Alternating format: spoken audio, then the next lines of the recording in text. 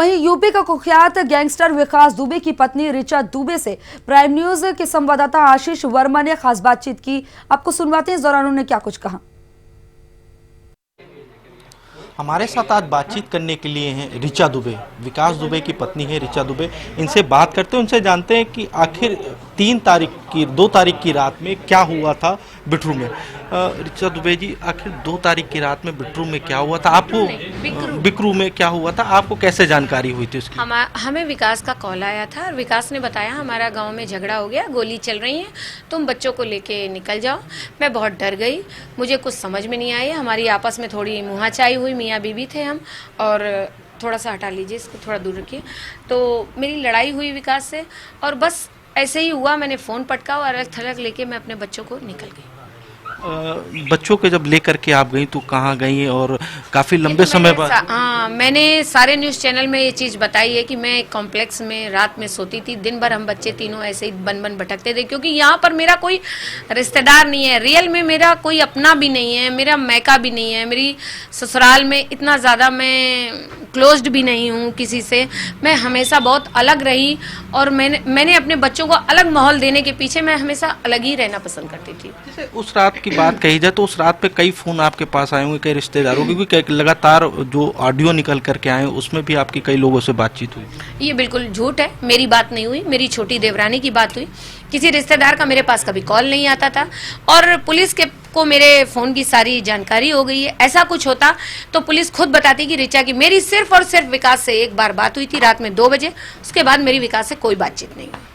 Ma'am, जिस तरीके से विकास दुबे का एनकाउंटर हुआ, पुलिस ने एनकाउंटर किया, क्योंकि पहले विकास दुबे अपने आप को सरेंडर करते हैं, उसके बाद उनको कानपुर लाया जाता है, तब एनकाउंटर होता है, इसको लेकर के देखिए, मैंने आपको सब न्यूज़ चैनल को ये कहा, आपको भी मैं यही कहूँगी, मुझे अपनी न्यायपालिका पे, अपने मुख्यमंत्री जी पे पूरा भरोसा है। जो वो न्याय करेंगे मैं सर झुका के उसका मान्य करूँगी।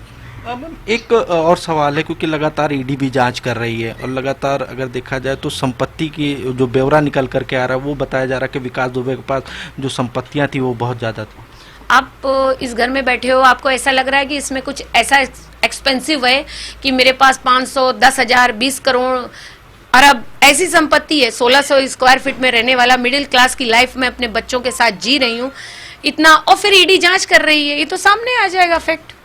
अच्छा, कभी आपने विकास दुबे को मना नहीं किया, क्योंकि लगातार जो विकास दुबे का जो आपराधिक इतिहास रहा है, जो जिस तरीके से कई मुकदमे लिखे हैं, उसके बाद आपने कभी उनको रोकने का प्रयास नहीं किया? हर हाउसवाइफ अपने पति को चाहती है, क्या मैं चाहती थी आज मेरा पति दुनिया छोड़ के चला जाए? हर हाउसवाइफ यही चाहती कि उसका पति उसकी बात माने और उसकी बात को समझे।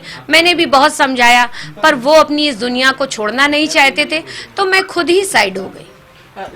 दुबे जी, एक चीज़ और बताइए कि जिस तरीके से कहना था कि सीसीटीवी से आप पूरी निगरानी रखती थी, सीसीटीवी वहाँ घर पे लगे हुए थे, काफ़ी लंबे समय से सीसीटीवी को आप मॉनिटरिंग करती थी। 4 महीने से। विकास को छूटे ही कितने दिन हुए हैं? विकास को छूटे ही हमें लगता है 7-8 महीने हुए होंगे, 7 भी नहीं, 6 महीने हुए होंगे, 4 महीने हुए हैं सीसीटीवी कैमरा लगे हुए। तो इन 4 महीने में क्या आप लोग तो बता रहे हो 19 साल का उनका इतिहास है, तो 19 साल पहले कौन ऑपरेट कर रहा था? ये सब झूठ है, फेक है। मैम, अब आप क्या सरकार से चाहती हो, क्योंकि आपके 2 बच्चे भी हैं, जिस तरीके से सोशल मीडिया पे बेटे की फोटो आई थी उसके बाद से प्रशासन हरकत में आया था, अब क्या आप सरकार से क्या मांग करती हैं? मैं सरकार से हाथ जोड़ के निवेदन करना चाहती हूँ और अपने पति के इस कृत्य के लिए माफ़ी मांगना चाहती हूँ माननीय मुख्यमंत्री जी से। मैं ये चाहती हूँ मेरे और मेरे बच्चे को समाज में जीने का अधिकार मिले। हम लोग का इस कृत्य से कोई लेना देना नहीं था, मेरे परिवार का कोई लेना देना नहीं था, और सरकार हमारी मदद करे और हमारे बच्चों को पढ़ाने के लिए हमें मदद करें। एक सवाल और है। हाँ। जिस तरीके से एलडीए ने बाकायदा नोटिस जारी की थी, इस मकान के लिए नोटिस जारी की थी, इस मकान की नापजोख भी करी थी, तो एलडीए को आपको जवाब भी देना था, क्या जवाब दिया आपने? एलडीए का तो ऐसा था सर, जब हमने ये मकान खरीदा था तो एक बिल्डर से लिया था, कोई हमने खुद नहीं बनाया था। उस बिल्डर ने क्या करा, मेरे चक्कर में आप ये समझिए हमारे पड़ोसी 4 पड़ोसी परेशान है, मुझे तो उनकी भी देखना है ना कि उन पे भी पेनाल्टी लगा दी गई है। और बिल्डर ने क्या करा, इसी को नीचे के नक्शे को शायद नहीं बदला कि घर के नक्शे को नहीं बदला, कुछ भी चल रहा है मामला। आए थे एलडीए वाले, नाप करके ले गए हैं और जो भी होगा उसका कंपनसेशन मैं भरूंगी। क्या इस नक्शे पे अगर बात की जाए तो बताया जा रहा है जिस तरीके से बिल्डर ने, क्या स्कूल था इस नक्शे पर कभी? हाँ, स्कूल था और बिल्डर ने बनाया था, बस। तो ये थी ऋचा दुबे, जिन्होंने बताया कि बाकायदा सरकार से मांग करेंगी और सरकार जो मुख्यमंत्री सरकार चाहेगी वही चीज़ें सामने रहेंगी। लेकिन जिस तरीके से ऋचा दुबे अब अपने बच्चों के साथ में जीवन व्यापन कर रही हैं, तो उस पर कहीं ना कहीं सरकार को भी एक अब कड़ा कदम उठाना चाहिए। लखनऊ से कैमरा पर्सन राहुल के साथ आशीष वर्मा, प्राइम न्यूज़।